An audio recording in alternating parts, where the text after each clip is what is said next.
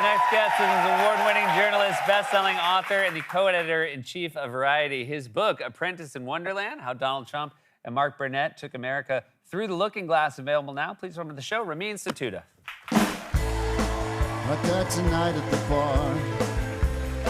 She said she couldn't take my card, and I was scared to even ask the ATM. Welcome to the show. Hey, how are you? Good. How are you doing? I'm fantastic. Thank you so much for making time for us. So this is a book about Donald Trump's time at The Apprentice, and he sat with you 6 different times to talk about this. Since he left the White House / tried to overthrow the government, yes. Yes. We talked for Once 6... that overthrow thing didn't happen, he had a lot of time for interviews. But you note that he is happier to talk about his time hosting this show than he would talking about his presidency. Do you think that's accurate? That is absolutely accurate. Okay. That is why we kept talking. So we would do an interview, and then he would look around to everyone that was in the room with him, and he would be like, people don't know about this. It's so great. The Apprentice is so great. People have forgotten about this. And then he would give me more time, and we would sit down and we would do another interview. And I even went to Trump Tower one day with clips from the show, and we sat and we watched episodes of The Apprentice together. Would he narrate as you were watching? Was it like a DVD commentary track? It was like watching a kid watch Star Wars for the first time. When he saw the opening credits, he lit up, he was happy, and then he would talk about how he forgot how good he was on the show. Yeah. Unbelievable. And he's still, I mean, it's a while back now, but the show was a hit. And he does still talk about the ratings. Not only does he talk about the ratings, he has the ratings framed twice. So he has the ratings framed in Trump Tower, and then he also has them framed in the entrance of Mar-a-Lago.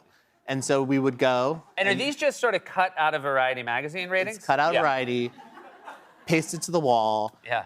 He doesn't know how to read ratings because Nielsen ratings are a little complicated. They are a little complicated, They are yeah. a little complicated. And so every time we would talk, he would walk over to the ratings, and we would look at the ratings, and we'd talk about how The Apprentice was #1 for 1 week in 2004. And then we would talk about the show and how influential it was. I've told this story before, but when he hosted it, he hosted SNL in 2004 off the back of The Apprentice. I don't remember what network The Apprentice was on. It's not important. But he carried around the ratings in his breast pocket. You would sit to rehearse a sketch, and he would pull out, just like cut out like a coupon. I heard he would get up early in New York, get the ratings, and then fax them to executives at the network to show them how well he was doing. And the funny thing is, they probably knew.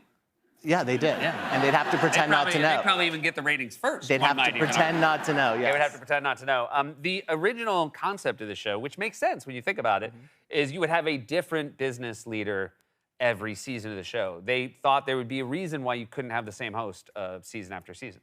Right. They didn't think anyone who was a, quote, billionaire would want to stay on a reality show for 14 seasons.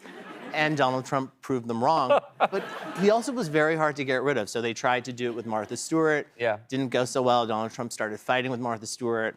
But I think this is a cautionary tale for, I know we're all very excited that DNC is this week, and we're all very excited about Kamala Harris, but it's a cautionary tale that's very hard to get rid of Donald Trump. It is, I think. Incredibly hard. I think it's very wise of you to remind us all about that. It does seem, do you feel like, for example, he picks a VP, that does have, for any candidate who's picking a running mate, there is a sort of reality show quality to it, right? Do you feel like his time at The Apprentice sort of has an undergirding to the way he goes about something like that? Oh, definitely. He was having the VP candidates come to the courthouse to cheer him on, to root for him, to see how well they did in terms of defending him to the press. And I think one of the things about this book that was really interesting is the winners of The Apprentice were supposed to be the CEO of a business within the Trump organization. But actually what they ended up being was a brand spokesperson for Donald Trump.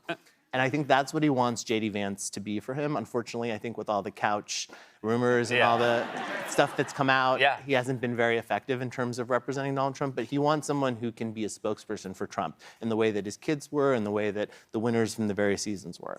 When you write a book like this, you have to do fact-checking. Yes. And you had to submit, I guess, the fact-checking to him, correct? I sent it to his assistant. I had bullet points, and I waited. And then I received a text message. So he sent this to you, there we go, from the office of Donald Trump. Yes. So initially this came in by a text, and then I opened my envelope in the mail one day, and I received this with the Sharpie. So here are your facts, and he just wrote, Ramin, okay. Which means everything in the book is 100% accurate. Now, of course, the book came out and he changed his tune on you. He did. He sat with you 6 times. He was very excited you were writing a book. You were reminding people about how important the show Yes. was, what a hit it was, and then he felt like maybe you misrepresented him a little bit. Isn't that surprising? It is very surprising. He told me, it was interesting because in our time together towards the end, he would say things like, I'm gonna sell your book at my rallies. Yeah. I hope this goes really well. No one's ever done this before. And so, yeah, when it came out, he called me a nobody. He called you a nobody. He called you insignificant. Was this hurtful? How did you feel? No, it was not. It was a badge of honor. There was one wonderful detail in the book, which I would have assumed, but I guess maybe I've never heard before. You're reporting in the book, he's a terrible driver. He is. And a so dangerous driver. A dangerous driver. Yeah, not just bad, but like, I guess that's another good analogy. It's like, it's bad for the rest of us. Yes. Be careful if you're on the road with Donald Trump. So how often would he drive, and what were you hearing about it? So if he arrived somewhere and the cameras weren't ready, he would get very upset and frustrated. Yeah. So they had a driver follow him. But the driver in the book, when I write about the scene, talked to me and said that he couldn't actually tail Trump because Trump was running red lights. And so the driver decided to follow the law, but Donald Trump didn't. Does seem like there's a hidden message in here. Yeah, there is.